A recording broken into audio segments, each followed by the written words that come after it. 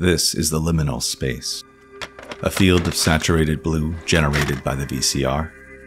And when we press play, the jolt of the VCR spool spinning the tape into motion gives us a momentary flicker of distortion before we plunge into the initial blackness that lives at the beginning of all VHS tapes, before the production and distribution company logos, before the dire FBI warning.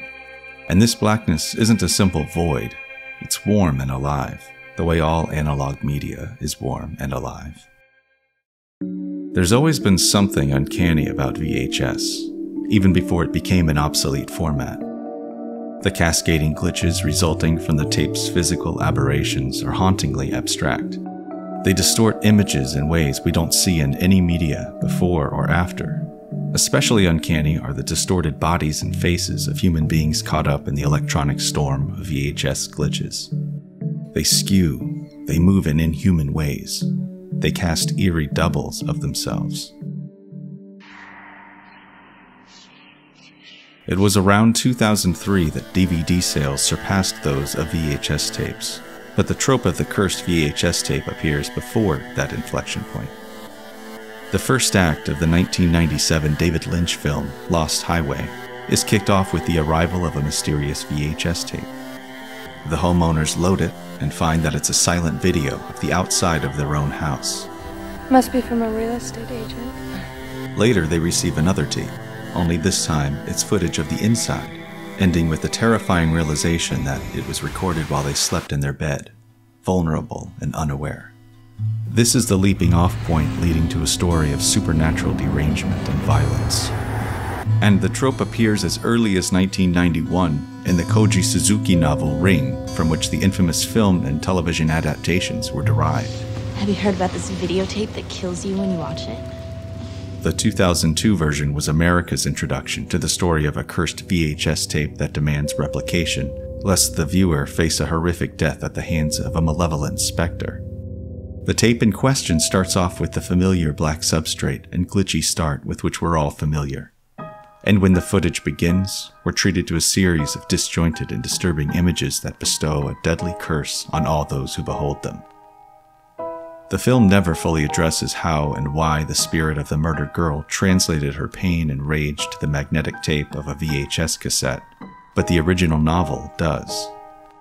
The girl had been born with psychic powers, and the tape was imprinted by an act of spontaneous technopathy at the moment she died. She happened to be infected by smallpox at the time, so the curse became a ghostly echo of the viral nature of the disease that plagued her body. If the film adaptations of The Ring had been produced later, long after VHS was supplanted by DVD, it's obvious that VHS would nonetheless be the vehicle that carries the curse.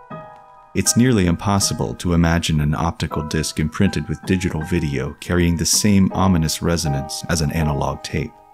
It scans intuitively that magnetic tape would be a plausible medium for capturing spiritual activity.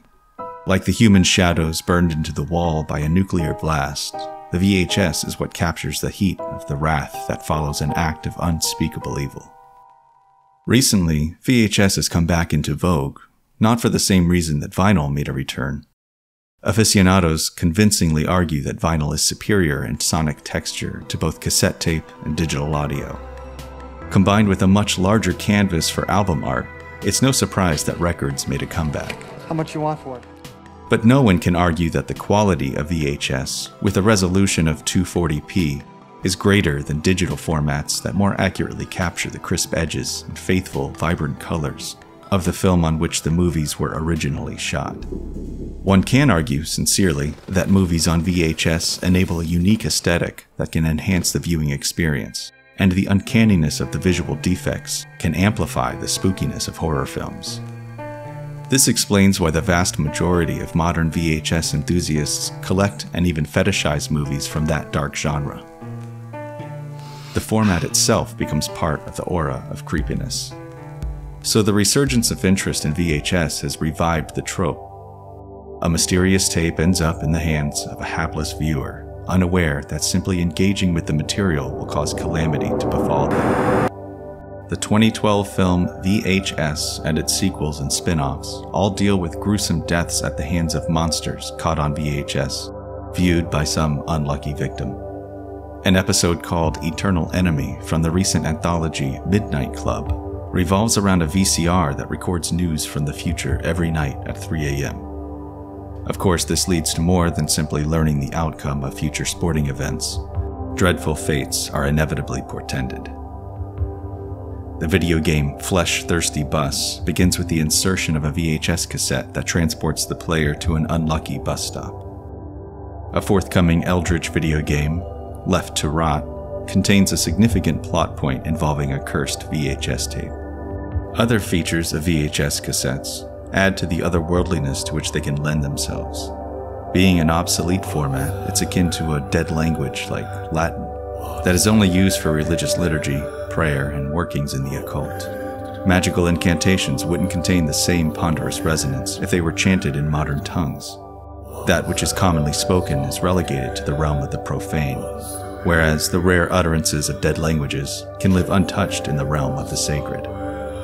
And so it is with VHS. Watching Indiana Jones and the Kingdom of the Crystal Skull on Blu-ray is worlds apart from watching Temple of Doom on a beat-up cassette tape plucked from the rummage bin of a secondhand store. The latter is an ancient artifact, a sacred scroll plucked from the ruins of a previous age of man. Ask any DJ who spends hours digging obscure, used vinyl out of piles of albums from estate sales and thrift stores. They'll speak in reverent tones of the strange aura of a long-forgotten recording and the exhilaration of finding a rare gem in the course of their excavations. Which leads us to our personal treasures. VHS tapes procured from wild-eyed flea market vendors, often hoarders, dug out of boxes of tapes procured from dumpsters.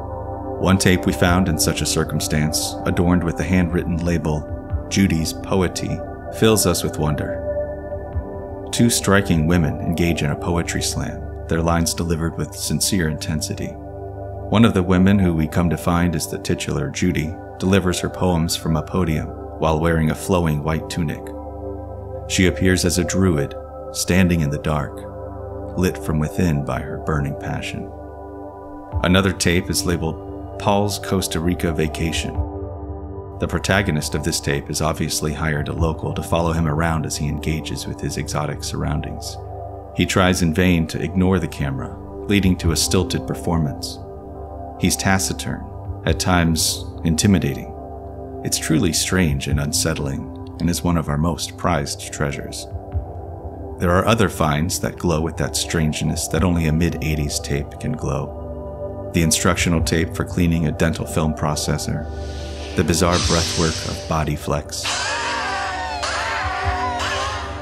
the slimy induction video for a defunct multi-level marketing scheme. How do we achieve the financial freedom that will make it possible for us to transform our dreams into reality?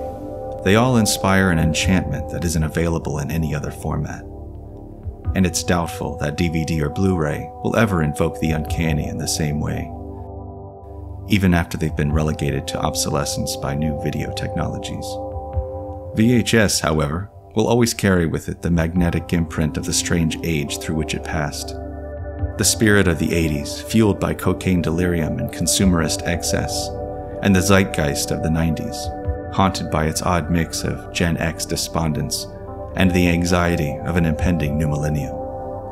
These are the ghosts that still live in all those millions of miles of tape, wrapped tightly in their enduring plastic vehicles, waiting for new eyes to behold their gorgeously imperfect and deeply strange images. If you find yourself drawn to the idea of owning a VHS cassette that plays eerie fragments of fractured realities designed to invoke a numinous resonance that can be either captivating or disturbing, consider acquiring a copy of Sin Themes using the link in this video's description. Watch these 22 shorts yourself to see a distilled version of the magnetic sea of uncanny images in which these tapes once sailed. Select the cursed option during checkout to receive a copy without a label, introduction, attribution, or explanation. Send it to a friend. Send it to an enemy. Send it to heads of state or to some dreamless executive. Make copies. Proliferate the enigma. Sin Themes is also available, ironically, on DVD. Also consider a free subscription to this channel if you're familiar with the technique of obtaining one. And thanks for watching. Please rewind.